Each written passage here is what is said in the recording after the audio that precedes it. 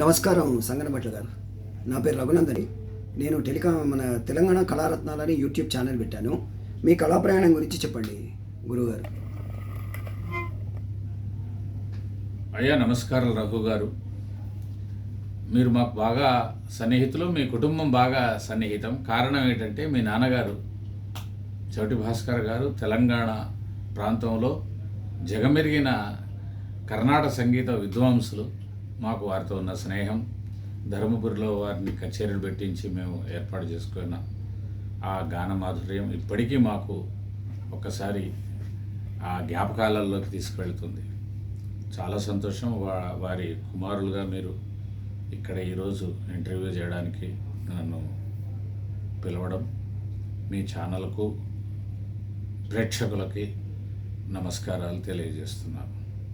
మీ గురువుగారు ఎవరు? మీరేం ఆర్ట్ ఫామ్? నేను మౌలికంగా సాహిత్యవేత్తను. ఛందశాస్త్రం మీద నాది పిహెచ్డి. సంస్కృత కళాశాలలో 40 ఏళ్ళు పనిచేశాను. డాక్టరేట్ 1982లో పిహెచ్డి పట్టా తీసుకున్నాను ఉస్మానియా విశ్వవిద్యాలయం నుండి. నేను 40 ఏళ్ళు పనిచేశాను సంస్కృత కళాశాలలో, మా ధర్మపురి గ్రామంలో. నేను అక్కడే పుట్టి పెరిగి అదే కళాశాలలో చదువుకొని లెక్చరరు, ప్రిన్సిపాల్ అయ్యి రిటైర్ అయ్యాను.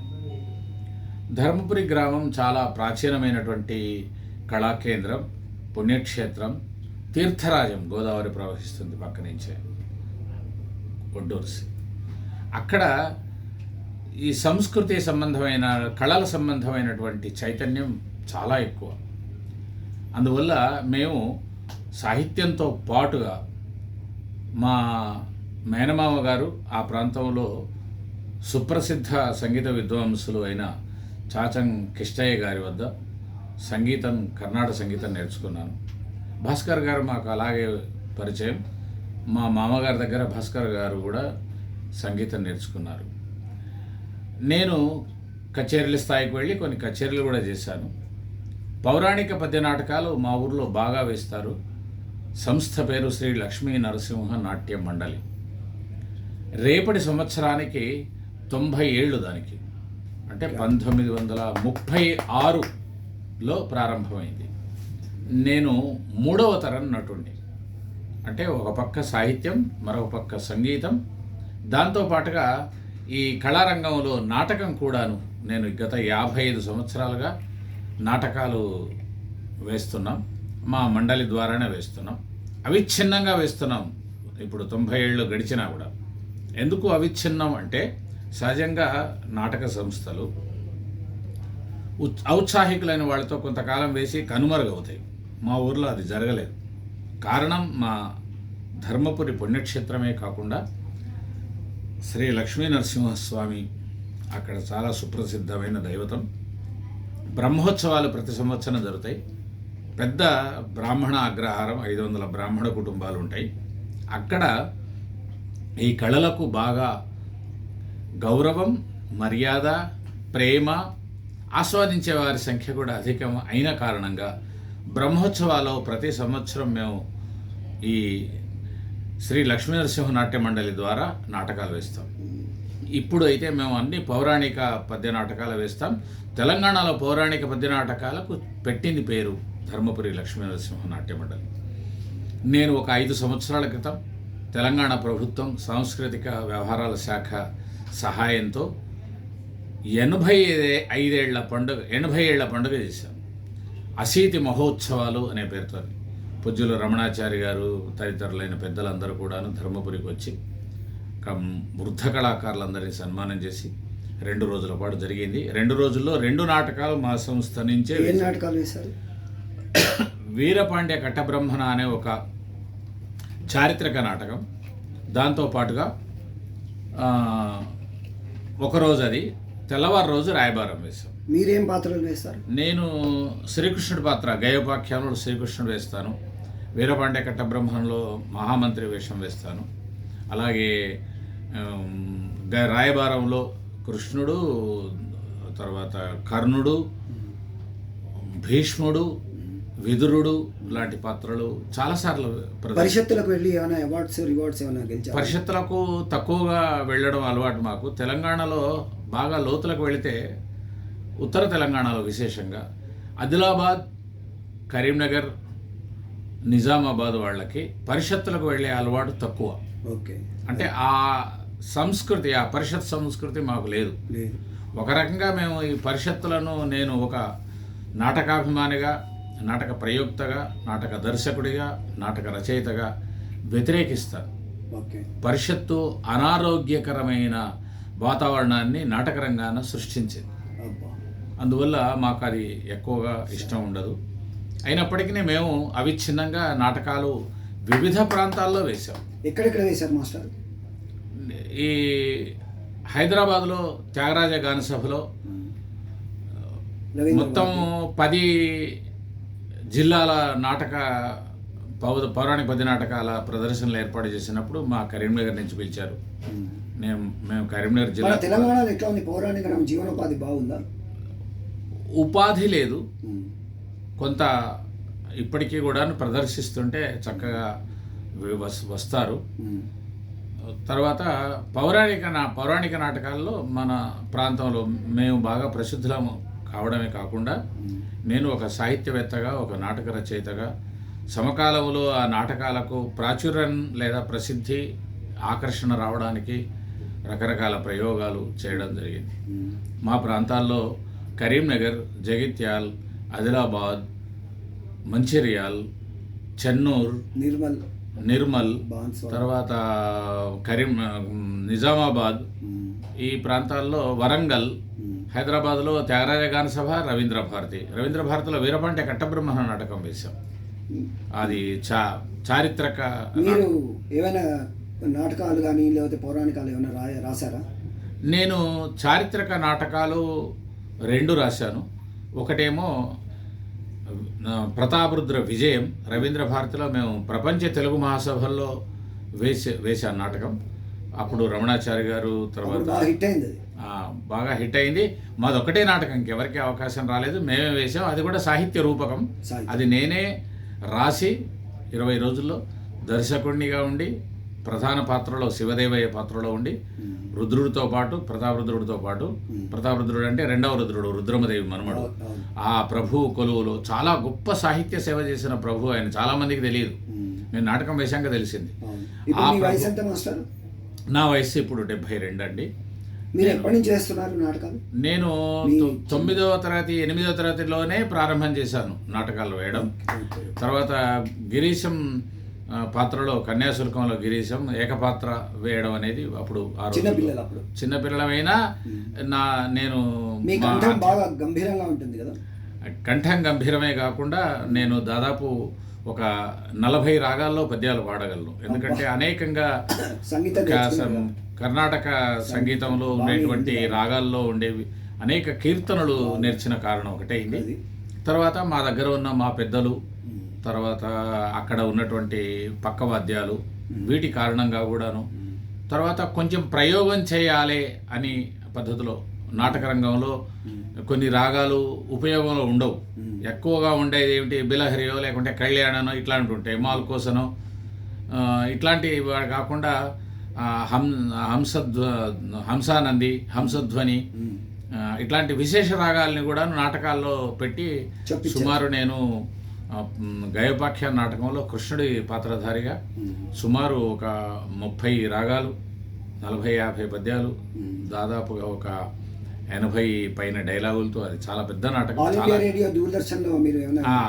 రేడియో, దూరదర్శన్లో కూడాను అవకాశం దొరికినప్పుడల్లా నాటక రంగం మీద విమర్శలు ఇట్లాంటివి చేసాం. సెమినార్స్ చేసాం. నాటక రంగం.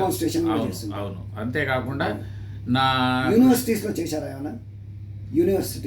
యూనివర్సిటీల్లో నేను జడ్జిగా వెళ్ళాను పౌరాణిక 10 నాటకాలకు. కానీ మా టీము తక్కువ వేసింది.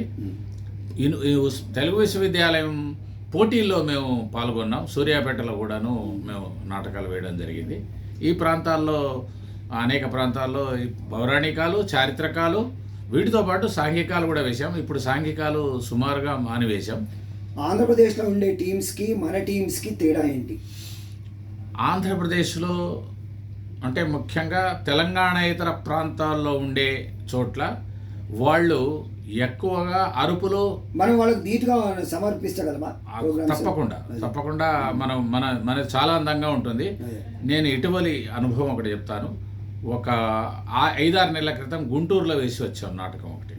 చాలా మంచి స్పందన వచ్చింది. కారణం ఏమిటి అంటే వాళ్ళు నాటకం అయినాక వచ్చి చెప్పారు పెద్దవాళ్ళందరూ, బాగా అనుభవజ్ఞులైన వాళ్ళు. ఏమిటి అంటే, ఒకటి, పాత్రలు మాట్లాడుతున్నప్పుడు గొడవ పెట్టుకున్న పద్ధతిలో ఎక్కువ హెచ్చు స్థాయిలో డైలాగులు చెప్తుంటారు, సంభాషణలు.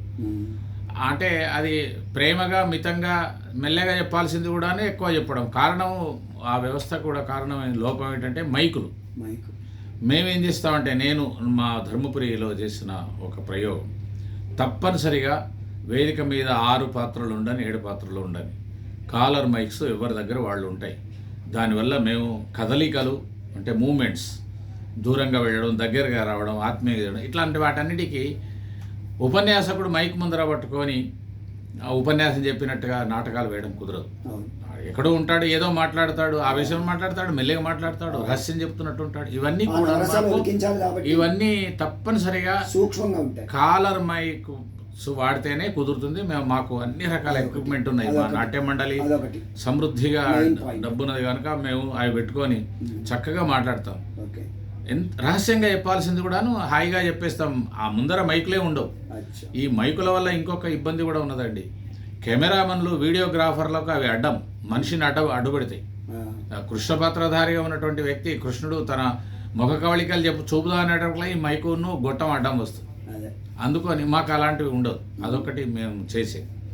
రెండవది, పాత్రధారి మంచి విద్వాంసుడైనా సరే ఆ రాగం మీద కచేరీ చేయగలిగే స్థాయి నాలాంటి వాడు అనుకోండి, మేము ఎట్టి పరిస్థితుల్లో రాగాన్ని విస్తరించం. అపశృతి రాదు. అపశృతి సంగతి దేవుడు ఎరిగా, అది మన వైపు కూడా రాదు. అది అడుక్కున్నా మన దగ్గర రాదు. కానీ ఆ ప్రాంతాల్లో, తెలంగాణ ఇతర ప్రాంతాల్లో విపరీతంగా లాగి లాగి లాగి పద్యం పాడతారు. అంటే దాంట్లో రాగంలో నవ్యత ఉండదు, కానీ వీడు జిలేబీ చుట్టలాగా పోసినట్టే పోసి తిప్పి తిప్పి తిప్పి వేస్తారు. మేము అలా చేయము. రాగం యొక్క సౌందర్యాన్ని మాత్రం ప్రదర్శించి అవతలి డైలాగ్లో వెళ్ళిపోతాం.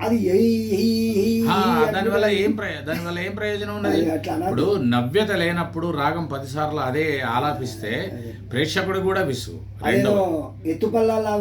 రెండవది, వన్స్ మోర్లు కూడా మేము అంగీకరించాం. ఎందుకు అంటే, వీడి పద్యం కోసం, అది నాటకం వేస్తున్నది కేవలం సంగీతమును పద్యాల కోసం మాత్రమే కాదు. నాటకంలో కథ, సంభాషణలు, వ్యక్తిత్వ సంబంధమైనటువంటి పాత్రల ఔన్నత్యం, ఇవన్నీ కథ, ఇవన్నీ తెలవాలి కదా. వీడు 2వ సారి 3వ సారి వాడుతుంటే ఆ పక్కన ఉన్నాడు మళ్ళీ 3 సార్లు అభినయిస్తాడు.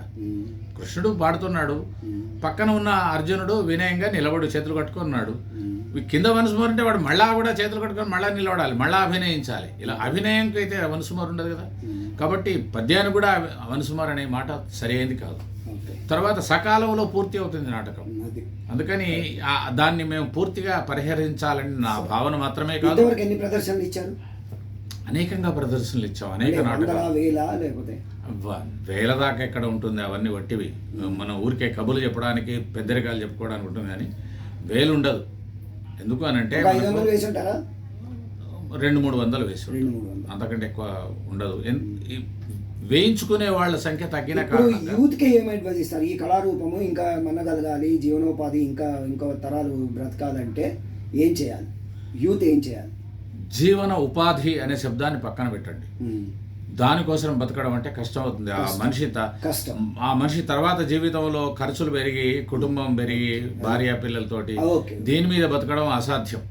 అందువల్ల కళ ఎప్పుడు కూడాను మనం ఒక పక్క చిన్నదో పెద్దదో ఒక భృతి ఉద్యోగం ఉండి, దాంతో పాటుగా కళారూపాన్ని సమాజం కోసం, దాంతో పాటుగా చూసే వాళ్ళ యొక్క తృష్ణ కోసం, కళా తృష్ణ కోసం తప్పనిసరిగా మనం నాటకాలు నెలకొకటో లేదా 4-5 నెలలకొకటో బ్రహ్మోత్సవాల నుండి ఇతర కార్యక్రమాల నుండి చేసుకోవడం ఉత్తమం. అలా చేసుకుంటే అటు కళా బతుకుతుంది, ఇటు వీడు బతుకుతాడు. లేకుంటే కళాకారుడికి ఇబ్బంది అవుతుంది. మీరు కరోనాలో చూశారు కదా, వీటి మీదనే బతికిన వాళ్ళు కరోనాలో విలవిల్లాడారు. కాబట్టి అది ఒకటి దృష్టిలో ఉంచుకోండి. ఇది కేవలం పక్కనే ఉండాలి తప్ప దీని మీదనే మెయిన్ ఆధారపడి రోడ్ సరి కాదు. సార్. చిన్న విన్నపము, ఏమైనా ట్రైనింగ్ ఇచ్చారా?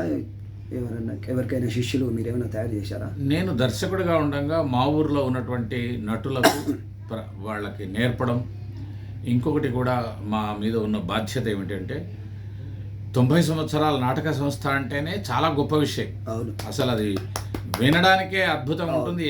నేను 80 ఏళ్ల పండుగ చేయడమే కాదు, దాన్ని శాశ్వతం చేస్తూ మా మొత్తం నాట్య మండలి చరిత్రను అప్పటి ఫోటోలోనే మొదటి తరం వాళ్ళ ఫోటోల్ని కూడాను తీసుకొని నేను ప్రింట్ వేసి ఒక చరిత్ర గ్రంథం రాశాను.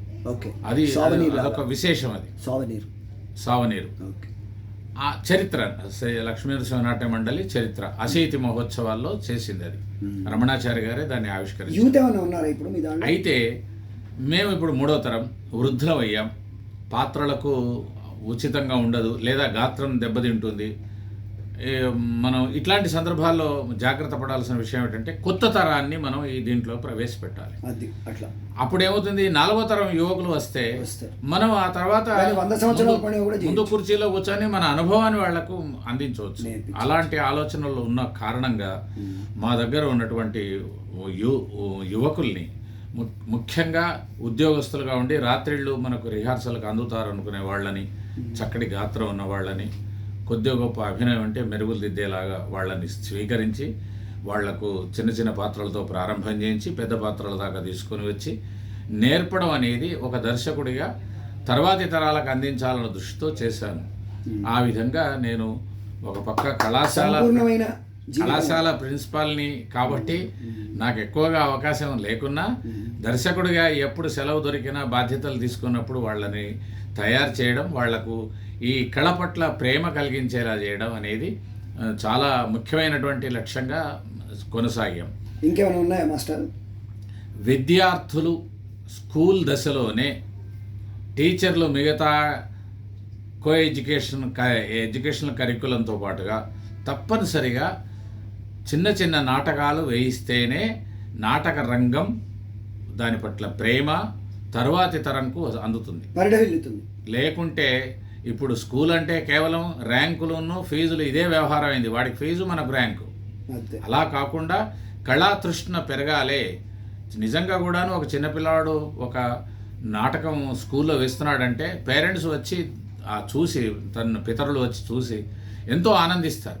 ఆ ఆనందం పంచేలాగా మనం స్కూల్ స్థాయిలోంచే, పాఠశాల స్థాయిలోంచే నాటకాల పట్ల ఒక ప్రేమని, అభిమానాన్ని పెంచి పిల్లలకు ప్రోత్సాహం ఇవ్వాలి. ఇస్తే వాళ్ళు తర్వాతి తరంలో నేటి బాలురే రేపటి పౌరులు అన్నట్టు నేటి బాల నటులే రేపటి నాటక రంగానికి పనికి వచ్చేటువంటి వ్యక్తులుగా పరిఢవిల్లుతారు. తెలంగాణ నాటక రంగం తప్పనిసరిగా బతుకుతుంది, బతకాలి. ముఖ్యంగా పౌరాణిక నాటకం, పద్యం, తెలుగు జాతికి సొంతమైనటువంటి పద్యం, ఇవన్నీ బతుకుతాయనేటువంటి ఆశతోనే మేము ఇప్పటి వరకు 70 సంవత్సరాల వయసు దాటాం. ఇంకొక 5-10 ఏళ్ళు కూడాను వృద్ధపాత్రలో రాణిస్తూనే నడపాలనే ఆ భగవంతుడిని కోరుకుంటున్నాం. సెలవు. నమస్కారం. ఇప్పుడు మీకు ఏమేమి రివార్డ్స్ వచ్చాయి మాస్టర్? అవన్నీ లిస్టులను ఎందుకు అంటే ఏదైనా మంచి ఒక మీ తార్కాణంగా ఉండే ఏమైనా అవార్డు వచ్చిందా? కీర్తి పురస్కారం ఏదో వచ్చినట్టుంది కదా మీకు? కీర్తి పురస్కారం నుంచి గ్రామీణ కళాజ్యోతి పురస్కారం వచ్చింది. అట్లా ఉన్నాయి. విదేశాలకు ఏమైనా వెళ్ళారా? ఇతర రాష్ట్రాల్లో కానీ విదేశాలకు? కళాకారుడిగా వెళ్ళలేదు, విదేశాలకు నడుస్తుంది కదా. కళాకారుడిగా విదేశాలకు వెళ్ళింది లేదు. ఒక సాహిత్యవేత్తగా విదేశాలకు వెళ్ళినప్పుడు ఆ కళాతృష్ణ తీర్చుకోవడం. మేము సినాన్ రెడ్డి గారు, జమున గారు, మేమంతా మారిషస్ వెళ్ళాం. వెళ్ళినప్పుడు అక్కడ మా ప్రదర్శనని, అభినయాన్ని ఆ దేశ వాళ్ళ వాసులకు కాకుండా వీళ్ళకైనా ప్రదర్శించాం. ఒక కళాకారుడిగా వెళ్ళాలి, ఒక సాహిత్యవేత్తగా వెళ్ళాలి. సింగపూర్కు, తర్వాత మా పక్కనే మిగతా దేశాలకు అట్లా వెళ్ళడం. మీ పిల్లలు ఇందులో ఉన్నారా మాస్టర్? నా కొడుకు ఉన్నాడు, నాకు ఒకడే కొడుకు. వాడు సంస్కృతంలో గొప్ప అలంకార శాస్త్రవేత్త అయిన ఆనందవర్ధనుడు అనే వ్యక్తి పేరునే పెట్టాను వాడికి. సాహిత్యం పట్ల అభిరుచి కలిగిన వాడు. సాఫ్ట్వేర్ ఇంజనీర్ అయినప్పటికీ కూడాను పిల్లను గ్రోవి వాయిస్తాడు, బాగా ఫ్లూట్ వాయిస్తాడు. చక్కటి గాత్రం ఉన్నది కాబట్టి స్టేజీల మీద, రవీంద్ర భారతి లాంటి వాటి మీద పాటలు అవి పాడడం అని జరిగింది.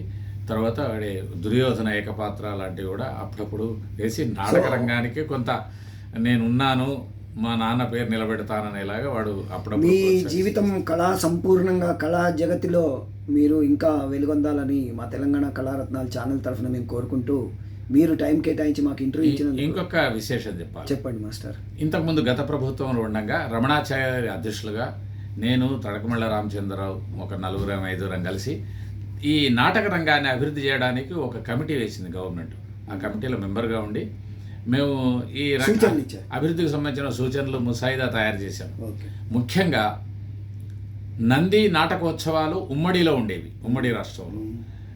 ఆంధ్ర మన నుంచి విడిపోయిన తర్వాత తెలంగాణకు ఆ లోపాన్ని మనం తీర్చిదిద్దాలన్న ఉద్దేశం కొద్దీ సింహ అనే పేరుతోని అవార్డ్స్ ఇస్తూ ఏటా ఒక రోజు లేదా 2 రోజులు తప్పనిసరిగా మన తెలంగాణ స్థాయిలో ఈ నాటకాలకు సంబంధించిన ప్రభుత్వమే నడపగలిగేలాగా ఒక కార్యక్రమం, ఒక ఫంక్షను లేదా ఒక పోటీ పెడితే బాగుంటుంది. సింహ అనే పేరుతోని నటులకు ఆ నాటక సంస్థకు అవి పెడితే బాగుంటుందని నా ఉద్దేశం. అది సూచన దాంట్లో రాయడం కూడా జరిగింది మేము ఆ ముసాయిదా తీర్మానంలో. కాబట్టి సింహ అవార్డ్స్ అనేవి తెలంగాణకు నాటక రంగానికి ప్రస్తుత ప్రభుత్వం చేయాలని కోరుకుంటున్నాను. ఇది అందరి దృష్టికి రావాలని నా ఆకాంక్ష. ధన్యవాదాలు master, thank you. Okay friends, ఈరోజు ఒక సీనియర్ కళాకారుణ్ణి మన తెలంగాణ కళారత్నాలు పరిచయం చేశాము. వారికి మనకు టైం కేటాయించి వారు మనకు ఇంటర్వ్యూ ఇచ్చినందుకు వారికి ధన్యవాదాలు తెలియజేసుకుంటూ నమస్కారం friends. Signing off yours lovely Raghunandan. Thank you.